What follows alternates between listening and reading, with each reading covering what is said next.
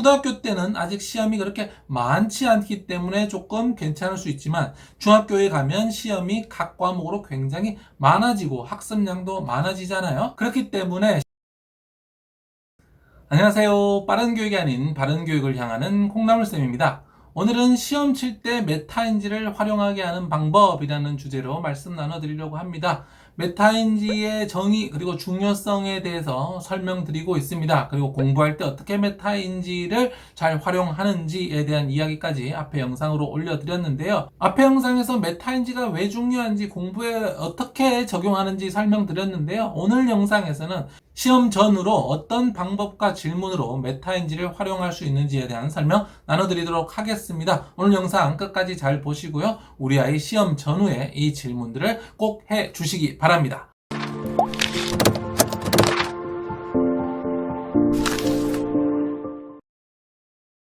네, 시험 전에 메타인지를 높이는 질문 첫 번째는요, 우리가 다 잘 알 것 같은데요. 바로 시험에 무엇이 나올까입니다. 시험에 무엇이 나올까라는 이 질문이 어떻게 보면 당연한데 의외로 아이들이 하지 않습니다. 왜냐하면 기계적으로 그냥 시험 범위를 공부를 하는 거죠. 어떤 문제가 나올까라는 것은 출제자의 입장이 되어서 다시 한번 거꾸로 생각을 해 보는 겁니다. 무엇이 여기에서 중요할까? 또 시험 문제로 내기에는 어떤 것이 쉬울까라는 관점으로 생각을 하다 보면은 시험 공부를 하는데 훨씬 수월해지겠습니다. 효율이 높아지는 거죠. 두 번째로는요, 내가 어려움을 겪거나 혼란스러운 내용은 무엇인가? 라는 질문을 꼭 해봐야 되겠습니다. 수업을 들었을 때 내가 잘 이해되지 않았던 부분들, 문제집을 풀면서도 헷갈렸던 부분들 있죠. 그런 부분들을 평소에 잘 체크를 해놓고, 나는 이 부분을 잘 헷갈리고 많이 혼란스러워 하는구나 라는 것들을 캐치해야 됩니다. 그래서 내가 무엇을 혼란스러워하고 어려워하는가 라는 질문 꼭 해 주시도록 하고요. 세 번째로는 다가오는 시험을 위해서 나는 얼마나 많은 시간을 할애해야 할 것인가 라는 질문을 해 봐야 되겠습니다. 바로 시간 분배에 관한 것인데요. 초등학교 때는 아직 시험이 그렇게 많지 않기 때문에 조금 괜찮을 수 있지만 중학교에 가면 시험이 각 과목으로 굉장히 많아지고 학습량도 많아지잖아요. 그렇기 때문에 시간을 정확하게 잘 분배하는 것이 굉장히 중요할 텐데요. 국어, 수학, 사회, 과학, 영어에 각각 몇 시간을 얼마나 분배해야 될지를 꼭 생각을 해 봐야 되겠습니다. 그래서 우리 초등 부모님께서는 이런 것들을 미리미리 훈련을 시켜 주실 수가 있는 거죠. 아이에게 미리 이번에 단원 평가가 있는데 이것을 얼마 정도 공부하면 될 것 같아? 라고 물어보시는 거죠. 이런 질문들이 아이로 하여금 그러면 5분, 10분 그런 다음에 시험을 봤을 때 결과가 잘 나오거나 잘 안 나올 수가 있겠죠. 잘 나오지 않는다면 시간이 부족했구나. 그렇다면 어떤 점에서 부족했을까? 라는 질문을 통해서 아이가 시험 내용과 시험 공부량에 대한 메타인지를 기를 수가 있겠습니다. 다음으로는 필요한 자료와 공부를 하기에 적절한 장소는 어디일까라는 질문을 해볼 수가 있겠습니다. 공부를 할 때는 교과서가 기본이겠지만 문제집과 참고서 등등 다양한 자료들이 있겠죠. 학년이 올라갈수록 이런 자료들을 정확하게 잘 찾고 준비를 해야 될 텐데 선생님이 나눠준 유인물이라든지 예를 들어서 흔히 이야기하는 족보라든지 그런 것들이 있다면 그런 것들을 잘 챙기는 것도 중요하겠습니다. 학년이 올라갈수록 이런 것들이 필요해지니까 아이에게 저학년일 때 그러면 이번 수행평가를 보기 위해서는 어떤 자료를 참고해야 될까라고 한번 물어보시면 좋겠죠. 다음으로는 시험을 어디서 준비해야 될까? 방에서 혼자 해볼까? 거실에서 함께 해볼까? 고학년이 된다면 도서관이나 친구 집, 독서실 등등 다양한 옵션들이 있을 수 있겠습니다. 다음으로는 나는 이것을 어떤 전략으로 학습할 것인가에 대한 질문을 꼭 해 봐야 되겠습니다. 그냥 단순히 읽고 반복하면 되는가? 그렇게 간단한 시험인가? 아니라면 친구와 조를 짜서 이것을 모의 연습을 해 봐야 되는가? 라는 등등의 여러 가지 방식을 찾아봐야 되겠습니다. 또는 문제집을 여러 권 푼다라는 방법도 있겠고요.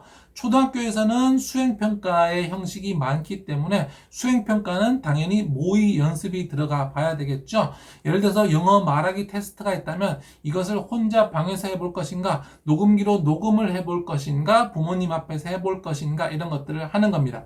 여기서 중요한 것은 결국에는 이것을 통해서 수행평가에서 A를 받는 것도 물론 좋지만 이 과정에서 어떠한 방식이 있을 것인가를 아이와 함께 생각해 보는 것이 정말로 중요하겠습니다. 왜냐하면 아이가 공부라는 것을 하는데도 여러 가지 방식이 있고 나는 이것을 했을 때 나에게 참 맞고 좋더라 라는 것이 아이에게는 중요한 경험이 되니까요. 다음으로는 지금 당장 시험을 본다면 몇 점 정도 받을 것 같은지라는 질문도 메타인지를 높이는 데 도움이 됩니다. 현재 나의 공부가 어느 정도 됐는지 판단하는 데 도움이 되기 때문이겠죠. 이렇게 해서 시험을 다 봤다면 시험이 끝난 다음에도 메타인지 질문을 해야 되겠습니다. 첫 번째로는 내가 틀린 질문은 무엇이며 왜 틀렸는가 라는 질문을 꼭 해야 되겠습니다. 내가 틀린 문제, 내가 몰랐던 것, 그리고 그것을 왜 몰랐는가 라는 이런 메타인지 질문은 부족한 부분을 메우도록 하고 내가 안다고 생각했던 것들, 간과했던 것들, 내가 놓쳤던 부분들을 자세히 바라볼 수 있게 해줍니다. 다음으로 시험에서 놀라운 점, 예상 외의 것은 없었는가 이런 질문을 해봐야 되겠습니다. 어떤 문제를 받았을 때 이런 방식의 문제를 생각해 보지 못했다거나 경험해 보지 못한 것은 없는지 내가 기존에 생각해 보지 못한 방식의 무언가가 있는지를 확인해 봄으로써 그것이 다음 시험에 나왔을 때 대비할 수 있도록 해줘야 되겠습니다. 다음으로는 나는 시험을 잘 준비했는가 라는 질문을 해봐야 되겠네요. 아이가 시험을 보고 왔을 때 이번 시험 점수가 몇 점인지에만 초점을 맞추지 말고 너는 시험 준비를 잘 했다고 생각하니? 라고 질문을 해봐야 되겠죠. 근데 이 질문이 비난 쪽거나 잘 못했다는 것을 전제로 두고 물어서는 안 됩니다. 그것은 메타인지를 자극하지 못하고요. 굉장히 평이한 평화로운 목소리로 너는 이번 시험에 준비를 할 때 어느 정도 한 것 같아 스스로 생각할 때는?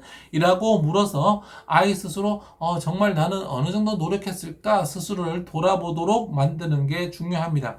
이런 경험들이 쌓였을 때 다음에 시험 공부를 할 때 그때 이 정도의 노력을 했을 때는 이런 점수밖에 나오지 않았구나, 이 정도까지 해야 어떤 점수를 받을 수 있겠구나 라는 것들을 알 수 있겠습니다. 마지막으로는 그렇다면 내가 무엇을 바꿀 수 있을까라는 질문을 해봐야 되겠습니다.